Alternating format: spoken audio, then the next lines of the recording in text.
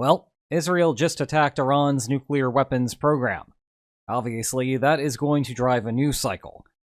However, we need to put this particular attack in context, because it is unprecedented.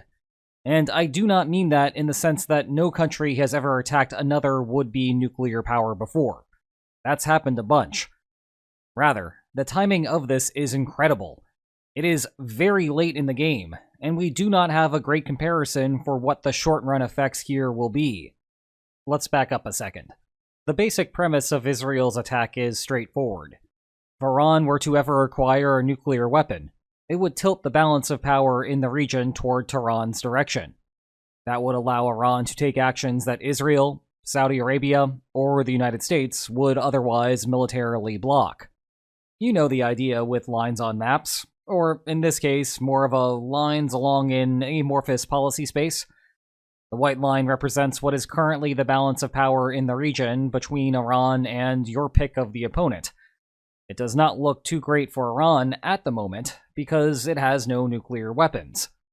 In contrast, this black line represents what Iran could expect from a conflict in the future. The space in between represents the shift in the balance of power between Iran and the opponent. There are plenty of reasons to negotiate a resolution both now and in the future, as fighting is costly. However, if those costs are relatively small compared to the shift in the balance of power, fighting is better for Iran's opponent now, while Iran is weak. What we have seen overnight is a bet from Israel that the shift in fact was relatively large as compared to those costs of war, and so the bombs came raining down. Now, it is way too early to be doing a damage assessment to see whether that is correct. But I think it is worth asking more broadly when the shift in the balance of power is large versus when it is small, because that will inform us better about what will happen next. You might be tempted to say that the expected shift becomes increasingly large as a state gets closer and closer to a nuclear weapon. If, for example, you knew that Iran would have a nuclear weapon tomorrow, then the shift between today and tomorrow is apparently massive. So that seems like a very good time to strike, if that is the route you want to pursue. On the opposite side of the spectrum, when a country first starts developing nuclear technology, the shift may seem rather small. Any shift that could happen would be way off into the future, and that is assuming that the country does not have any major setbacks as it is trying to develop a nuclear weapon, aside from your own attacks. Put those two pieces of information together, and clearly you would expect the value of counter-proliferation efforts to maximize the closer a country gets to the bomb. Right? Well, not so fast. The tricky part here is that you do not just get to snap your fingers and terminate a country's nuclear program. You have to actually destroy the would-be nuclear power's infrastructure and technological base. Here's the thing. That is much easier to do earlier on in a nuclear program's life cycle. There may literally only be one facility that you need to hit. Indeed, if you look at the closest historical parallels to the Iran strikes, Israel also struck Iraq in 1981 and Syria in 2007. In both of those cases, it was a single facility, really early on in the program's life cycle. Neither country was able to do much after. Iran, in contrast, is on the complete opposite end of the spectrum today, and that is why this attack is so unprecedented. Iran has a ton of facilities.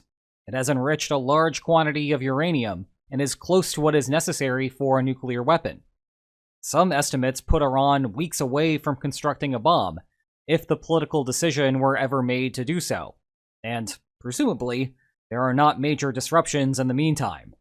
Of course, you should take those estimates with a grain of salt. But at such a late point, the difference between the expected outcome of a war today and the expected outcome of a war post-proliferation are rather similar. That is because a war today may very well see the would-be proliferator build a nuclear weapon in the middle of the conflict, and so all the rival state is doing is getting a small head start. Let me show you what I mean. If you have been following this saga for a long time, you would already know that what you are looking at, or perhaps not looking at, is one of Iran's nuclear facilities in Fordow. It is buried under a mountain. You should keep that in mind because one of the first things we will want to know once the damage assessments come in is whether Israel was able to inflict meaningful damage on it despite the dirt in between. The main drama that the world will be watching unfold over the next few days is whether Iran tries to race toward a bomb, especially if active military exchanges continue for the foreseeable future. Israel would have to stay ahead of the game, constantly trying to figure out where Iran may be shifting elements of its nuclear program, where it might be trying to design the delivery mechanisms, and where it may be assembling a finished weapon. Because one mistake there means that Iran will successfully acquire a nuclear weapon, and all of the coercive power that comes with it. Now, to be clear, there is no guarantee that if Israel fails during this process, that Iran would actually use a nuclear weapon. States with nuclear weapons get involved in military disputes with decent frequency. Heck, Ukraine recently invaded Russia without a nuclear blowback, while India and Pakistan had that flare-up that has not gone any further so far. Still, though, the only times that nuclear weapons have been used in a military context were at the end of World War II, in Hiroshima and Nagasaki. It is reasonable to think that if Iran reaches the point where it acquires a nuclear bomb, and it becomes well known to everyone that Iran has a nuclear bomb, then the parties may decide that now would be a great time to negotiate a settlement and avoid all of the costs that may come along with a nuclear exchange between the two. But perhaps the most frightening scenario is that Iran manages to scrounge together a single nuclear warhead. That is not what we call in the business a secure second strike. It is an incredibly valuable asset that Israel would want to hunt down and eliminate as fast as possible. Consequently, there will be a temptation for Iran to deliver a nuclear weapon as soon as it has one ready. Not a guarantee, but a temptation. Israel still has its own nuclear arsenal, and it could choose a nuclear response. But there is a major geographic difference here. Iran is a much larger country than Israel. A couple of bombs on, say, Tel Aviv and parts of Jerusalem would knock out a major portion of Israel's political base and economy, never mind send the world into a tailspin. And on that happy note, it seems that the interesting times will not end for us. I will see you tomorrow on Lines on Maps Extra with a discussion about what Israel's strategy may be here in the broader context of geopolitics and the United States.